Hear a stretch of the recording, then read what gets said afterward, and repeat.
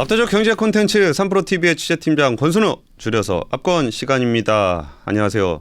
권순우 팀장입니다. 오늘은 말도 많고 탈도 많은 SM에 대한 이야기를 해보려고 합니다. 어제 하루 종일 SM을 비롯해서 카카오, 이수만 쪽 이쪽에 다 연락을 드리면서 좀 내용들을 좀 알아봤는데요. 그 얘기를 한번 역사적인 맥락에서 한번 짚어보도록 하겠습니다. SM은 어떤 회사냐? 대한민국 엔터 사업의 시초죠. 그러니까 엔터 사업을 진짜 산업이라고 얘기할 수 있게 만들었던 건 진짜 SM인 것 같아요. 그전에는 약간 좀 건들건들한 사람들이나 아니면 가족들이 이렇게 좀 스타들을 데리고 다니면서 좀 비즈니스를 했던 것을 진짜 그 어떤 체계적인 산업을 구성해서 비즈니스화한 거의 첫 시효가 아닌가 싶어요. 그래서 저는 SM이 정말 대단한 회사라고 생각합니다. 그 기획 자체도 정말 한국을 넘어서 글로벌하게 나갈 수 있는 원대한 기획을 현실화시킨 한류의 어떤 선봉장 같은 역할을 했던 회사라고 생각해요.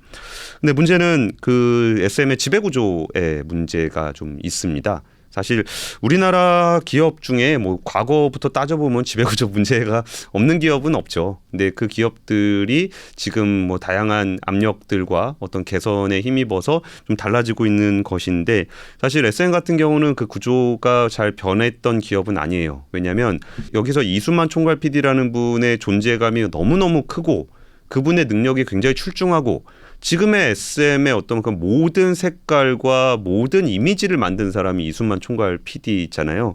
심지어 제가 듣기로는 진짜 아티스트의 복장 같은 것뿐만이 아니라 진짜 앞머리 각도가 어떻게 되는지, 인사를 할 때는 어떻게 해야 되는지 그런 거 하나하나를 이수만 총괄 PD의 손을 거치지 않고 나간 게 없다라고 할 정도로 정말 중요한 역할을 한 분입니다.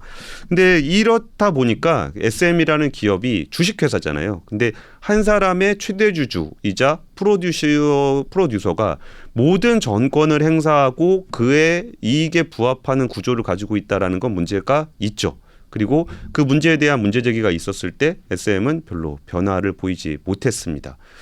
그 제일 큰 문제 제기라고 한다 그러면은 2019년에 KB자산운용이 공식적으로 SM에 문제 제기하면서 개선을 요구한 바 있습니다.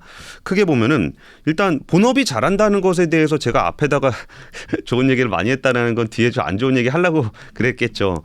본업은 잘한다는 걸 인정을 하면서도 왜 그럼에도 불구하고 SM은 JYP라든지 YG라든지 이런 데에 비해서 주가가 높지 않느냐라는 문제를 어떻게 지적을 했냐면은, 일단은 이 쓸데없는 사업을 너무 많이 한다라는 거를 KB자산운용에서 지적을 했어요. 여기서 쓸데없는 사업이라는 거는 사업을 하다 보면은 망할 수도 있고 잘 될 수도 있고 그런 건데, 예를 들어서 SM이 갑자기 해안가에 있는 호텔 리조트를 운영을 하겠다. 엔터테인먼트 회사가 왜 갑자기 리조트? 그리고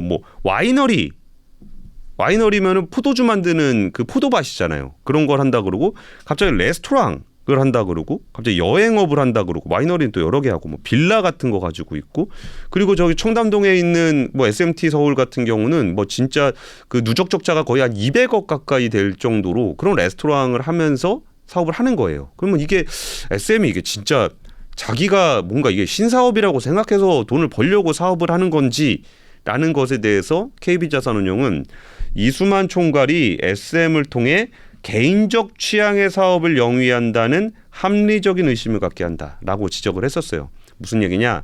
이수만 총괄 PD가 개인적인 취향으로 나 와인 좋아하는데 와이너리나 하나 사볼까? 멋있는 레스토랑 하나 만들어서 친구 좀 불러올까? 이런 식으로 하는 게 아닌가라는 의심이 좀 들었다라는 겁니다. 상장 기업이 그러면 안 되죠. 근데 사실 개인 회사가 혼자 회사 차려놓고 내 돈 가지고 포도밭을 하든 레스토랑을 하든 리조트를 운영을 하든 상관이 없는데, 여기는 엄연히 상장 회사인데 그 이수만 총괄 PD의 취향에 따라서 사업을 벌인다라는 거는 전체 주주 가치 측면에서는 바람직한 방향이 아니잖아요. 그러니까 이런 부분들을 지적을 했고요. 또 하나는 그 SM의 이제 이수만 총괄 PD는 2010년에 대표이사직을 내려놓고서 SM에서 아무런 역할을 하고 있지 않습니다. 그러면은 이수만 총괄 PD는 어디 소속이냐? 본인이 만든 라이크 기획이라는 회사 소속이에요. 그러면 이수만 총괄 PD는 최대 주주이지 회사의 대표이사도 아니고 임원도 아니고 회사 내 SM의 PD도 아닙니다. 오히려 라이크 기획이라는 회사의 총괄 PD를 하면서 거기서 SM의 용역을 맡긴 거죠. 그래서 프로듀싱 좀 해주세요라고 용역을 맡기면 이수만 총괄 PD가 예 그럼 제가 용역을 해드릴게요라고 하고서 용역비를 받아간 겁니다. 그럼 용역비를 어떻게 받냐? 보통 우리가 외주를 쓰면은 이 프로젝트에는 얼마 정도 예산이 돼 있으니까 하면서 보통 원청이 갑인 경우가 많잖아요. 근데 이 라이크 기획이라는 거는 최대 주주인 이수만 총괄 PD의 회사이기 때문에 사실상 거기에 대한 정권을 가지고 있다라고 할 수 있고 여기에 더해서 매출의 6%를 가져갔습니다. 매출, 영업이익이 아니라 번 돈의 얼마가 아니라 전체 번 돈의 6%를 가져가다 보니까 SM이 뭐 적자가 나든 흑자가 나든 상관없이 매출에 대한 6%를 가져갔어요. 그러다 보니까 이 라이크 기획이 이수만 총괄 PD가 가져갔던 이 인세가 이렇게 쭉 올라가는 모습을 보였던 거죠.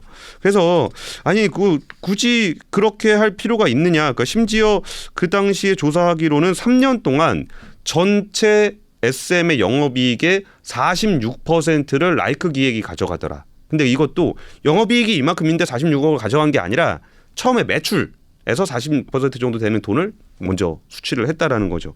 그래서 SM의 명분은 이수만 총괄 PD의 기획력이 엄청나게 뛰어나다. 그래서 여기가 없으면 SM이 안 돌아간다. 그러니까 그분한테 프로듀싱을 받는 거는 매출의 6%가 전혀 아깝지 않다라는 얘기를 했던 겁니다. 근데 그 주주들은 뭐 배당도 하나도 안 주면서 뭐 대주주는 저렇게 많이 받아가냐라는 거였고 이 부분에 대해서 이수만 총괄 PD의 능력을 부인하진 않기 때문에 KB자산운용은 그때 그런 식으로 회사 따로 만들어서 매출의 6% 가져가지 말고 차라리 합병을 하셔라. 혹은 회사에 그냥 들어오셔서 월급을 받아가셔라. 깔끔하게 라고 요구를 했었던 겁니다. 하지만 SM은 이에 대해서 전혀 받아들이지 않았습니다. 그 다음에 이제 온라인 파트너스라는 곳이 등장을 해요. 온라인 파트너스도 행동주의 펀드인데 이게 KB자산운용이랑은 조금 성격이 다릅니다. KB자산운용은 아무래도 KB금융지주 계열에 있기 때문에 여기에 대한 좀 더 공격적인 모습을 보일 수가 없었을 건데 온라인 파트너스는 이걸 위해서 만들어진 펀드이기 때문에 훨씬 더 공격적으로 행동주의를 적용을 했어요. 그러면서 내용이 비슷합니다. 비핵심 자산 매각 그리고 이수만 PD 사람들로만 채워진 이사회 개선 그리고 아까 말씀드렸던 라이크 기획을 좀 정리를 해달라라는 요구를 했습니다. 그리고서 그 온라인 파트너스가 SM 주주총회에서 거기에서 우리가 감사를 선임할 수 있게 해달라고 얘기를 했어요. 왜냐하면 감사는 상법상 3% 룰이 적용돼서 소액주주들한테 유리한 측면이 있습니다. 그래서 온라인 파트너스는 뭐 지분율이 높지는 않아요. 한 1% 좀 넘는 정도의 SM의 지분을 가지고 그런 감사 선임을 요구를 하면서 다른 투자자들에게 요청을 한 겁니다. 내가 이거를 할 테니까 제 의견에 동조하시는 분은 공감하시는 분은 저와 함께 해주세요라고 캠페인을 벌였고 그러다 보니까 뭐 국민연금을 비롯해서 아까 KB자산운용뿐만이 아니라 뭐 ISS 한국기업지배구조원, ESG연구소, 서스틴베스트 이런 데들은 의결권 자문기구라고 해서 펀드 매니저들한테 이런 주총 안건에는 이런 의견을 내시는 게 좋겠습니다라고 해서 자문을 해주는 기구들이에요. 여기가 다 온라인 파트너스가 제안한 것에 찬성을 표시해라라고 얘기를 했었습니다. 그 얘기는 SM이 뭐 좋은 회사라는 걸 아니까 투자를 했겠죠. 근데 지배구조 개선이 필요하다라는 부분에는 너무나 많은 주주들이 동감을 했었던 거예요. 근데 여기서 굉장히 인상적이었던 건 뭐였냐면 그 온라인 파트너스가 주주 제안을 하고 감사를 선임할 때 3% 룰이 적용되면 대주주도 3%로 낮아지는 게 되는데 그 정도가 아니라 전체 투표를 했던 의결권의 거의 80% 넘게 찬성을 받은 거예요. 이거는 단순히 법적인 보호를 받는 게 아니고 이 사람들의 의견에 공감하는 사람들이 80%다. 이거는 사실상의 최대 주주가 된다는 겁니다. 이수만 총괄 PD가 한 18% 정도를 갖고 있는데 그게 아니라 이수만 PD에 반대하는 사람이 거의 80%가 된다 그러면 이거는 감사에 대한 선임 정도가 아니라 이사 선임도 할 수 있습니다. 이사 선임을 하면 어떻게 되냐? 이사회 멤버들을 다 바꿔버리고 그 이사들이 CEO를 임명할 수도 있다는 거예요.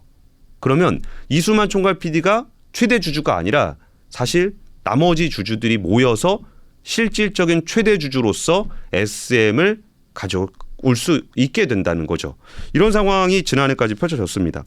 그러는 사이에 이수만 PD는 본인의 지분을 매각하기로 했어요. 처음에는 CJ하고 얘기를 좀 하다가 그 다음에 좀 무산이 돼서 카카오하고 논의를 하다가 좀 무산이 됐습니다. 이게 왜 CJ와 카카오였을까를 생각해 보면은 CJ나 카카오는 모두 콘텐츠에 관심이 있는 회사들이고 거기에 대한 플랫폼을 어느 정도 갖추고 있는 회사입니다. CJ는 뭐 CJ ENM도 있고 CJ CGV도 있고 뭐 이런 채널들을 통해서 콘텐츠 스튜디오 드래곤도 있고 이런 플랫폼들이 좀 있고요.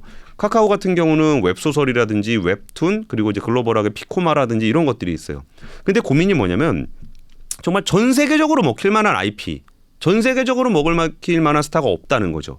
근데 SM 같은 경우는 전 세계적으로 먹히는 스타들이 있습니다. 뭐 제가 좋아하는 에스파라든지 뭐 해외에 나가도 인기가 굉장히 많잖아요. 이런 회사들이 있다 보니까 CJ나 카카오 입장에서는 자기네들의 확장성에 SM의 어떤 글로벌 IP를 접목을 하면 시너지가 있을 거다라고 생각을 했던 거예요.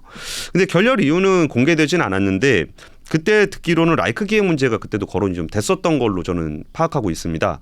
이게 그 이수만 총괄 PD가 최대 주주인 상황에서 거기서 매출의 7% 가져가는 구조가 유지가 되고 있었는데 주인이 바뀌는 거잖아요. CJ나 카카오로 바뀌었을 때 이수만 총괄 PD 회사에다가 그렇게 7% 6%씩 이걸 줄 이유가 없다는 거죠. 근데 이수만 총괄 PD 입장에서는 지분을 파는 것도 중요하지만 매년 수백억씩 떨어지는 그 기획료를 안 받으면 너무 아깝잖아요. 뭐 자기는 그 지분보다 훨씬 더 그 알토란 같이 나오는 돈인데 그래서 그 부분에 대해서 그 내부 임원이 돼서 거기에 대해서 한 100억 정도의 임금을 받겠다. 뭐 저는 100억이라는 돈이 그렇게 큰 돈은 아니라고 생각합니다. 왜냐하면 라이크 기획이 가져가는 돈은 더 컸어요.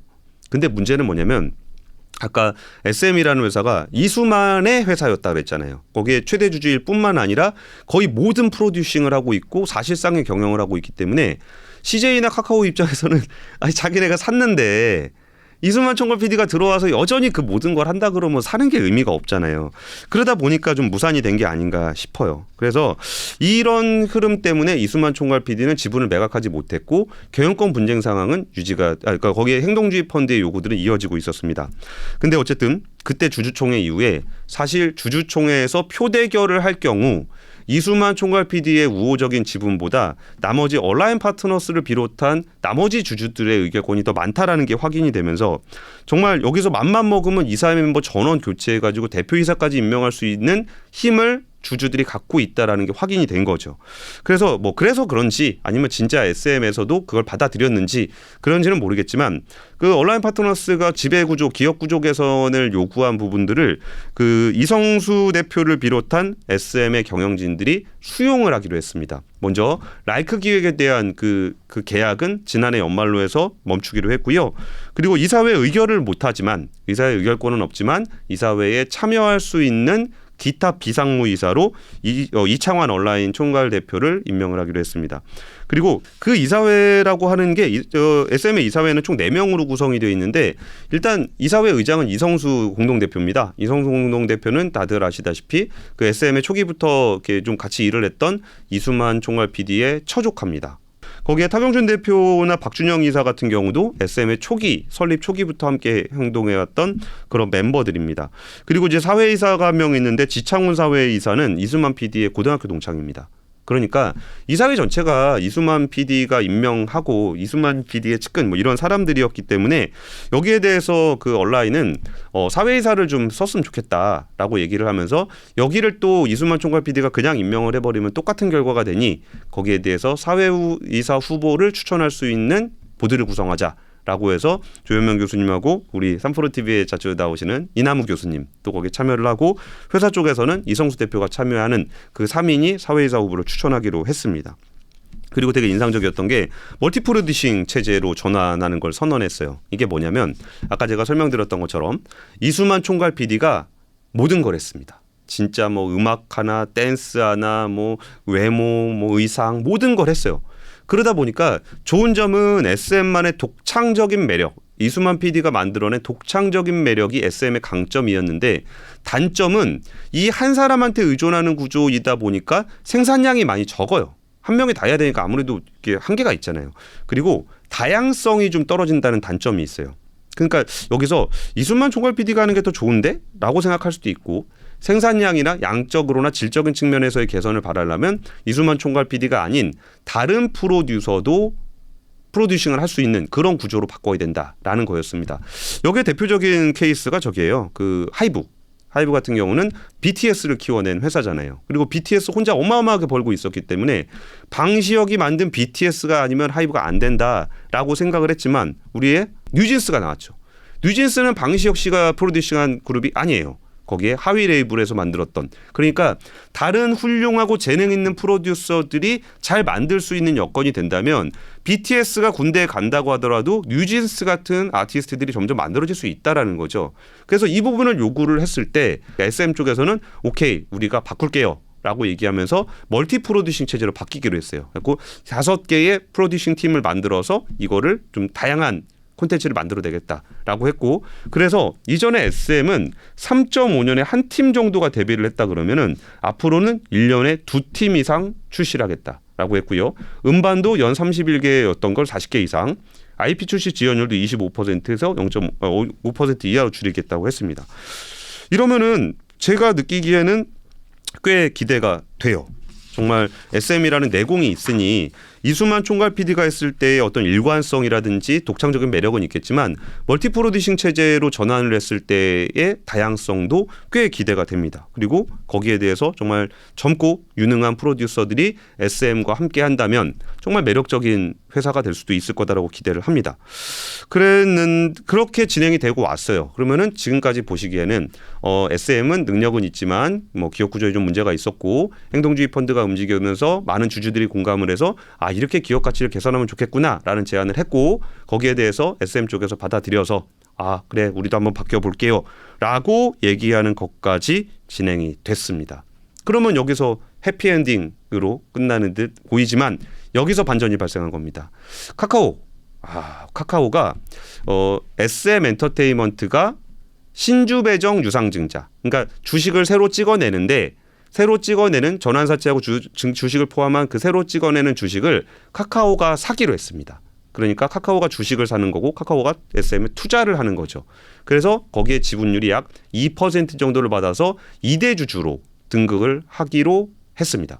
그러니까 아까 전에 카카오가 자신들은 확장 가능한 플랫폼이 있고 SM은 중요한 IP가 있기 때문에 이거를 합치면은 굉장히 글로벌 회사가 될 수 있을 거다라는 기대가 좀 있었다는 건데, 카카오에 왜 지분 투자를 했는지를 좀 물어보니까 카카오에서 설명하기로 카카오가 문어발식 확장으로 우리는 비판을 많이 받았다. 우리가 뭘 할 때 특정 회사들과 파트너십을 맺을 때 인수를 하는 방식으로 했을 때 욕을 많이 먹었었고, SM은 굉장히 매력적이지만 이수만 총괄 PD가 지분 매각을 하지 않으면 그 회사를 인수할 수도 없는 상황이었잖아요.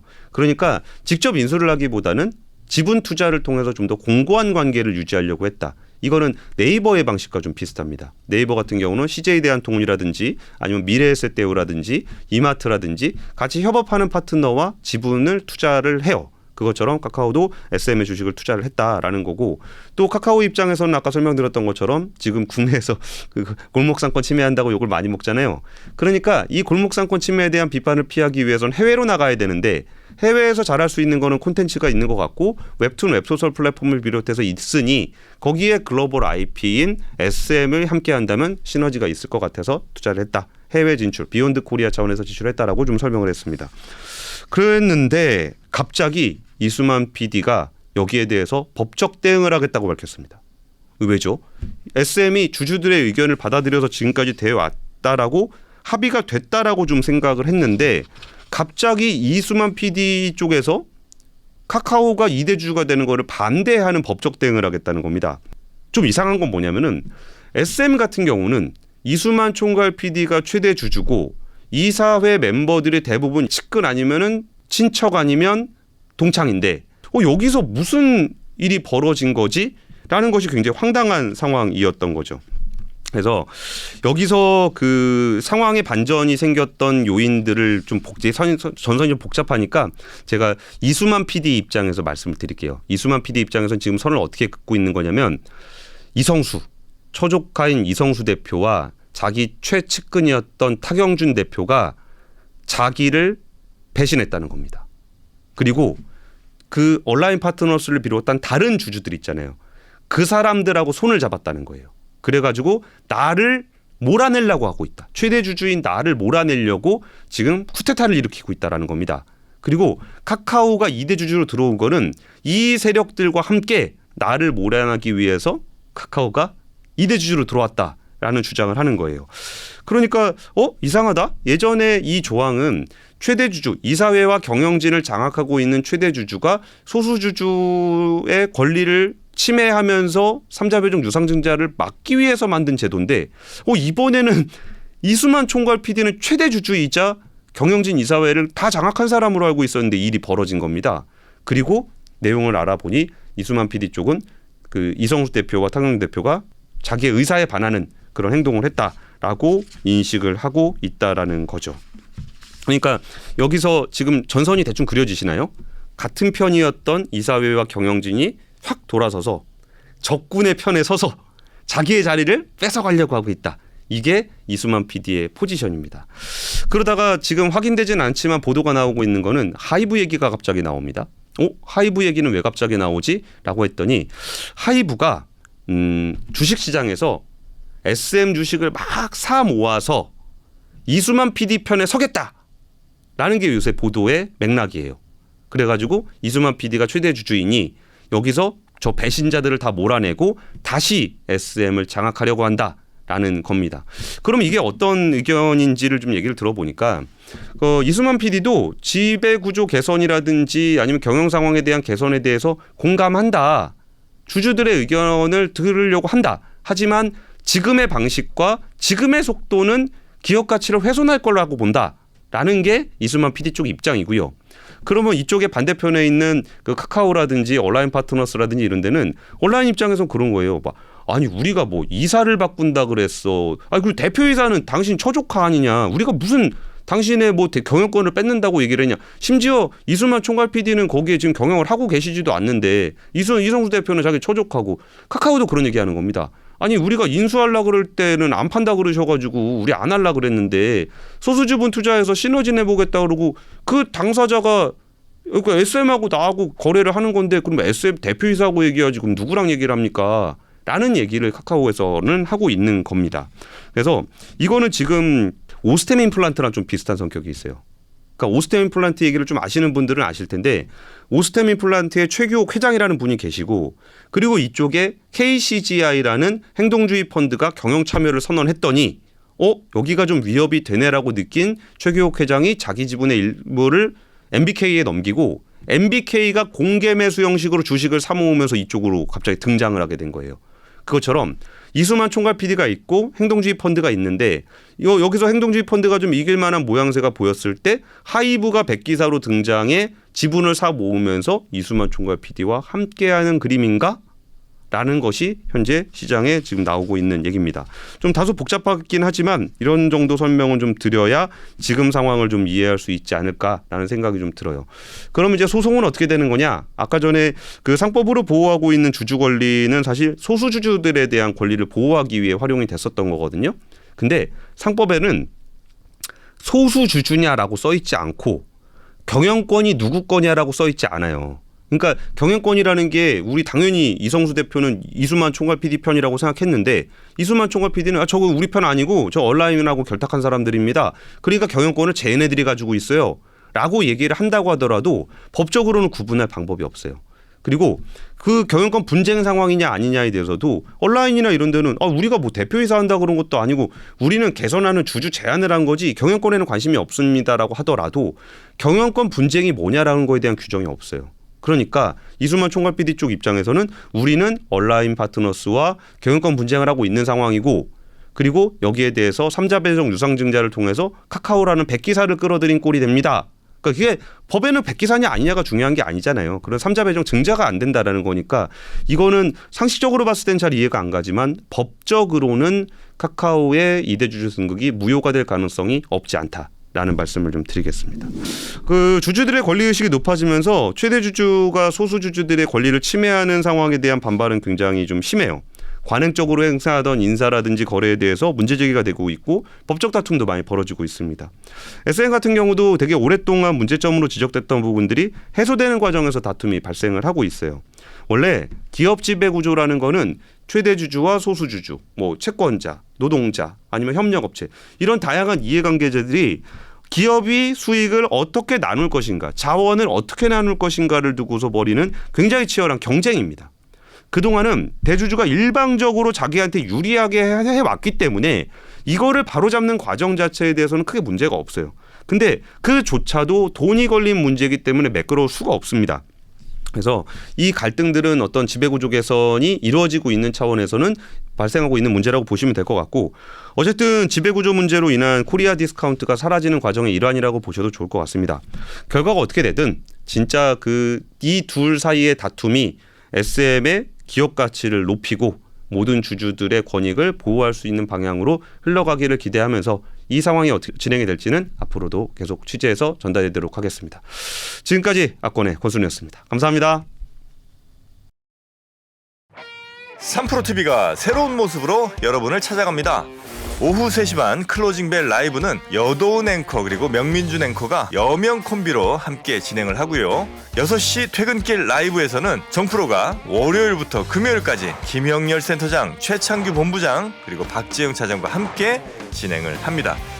그리고 글로벌 마켓 전문가 이주호 앵커가 글로벌 라이브를 더욱 알차게 만듭니다. 2월 6일부터 새로워지는 3프로TV, 다시 한번 많은 관심 부탁드립니다.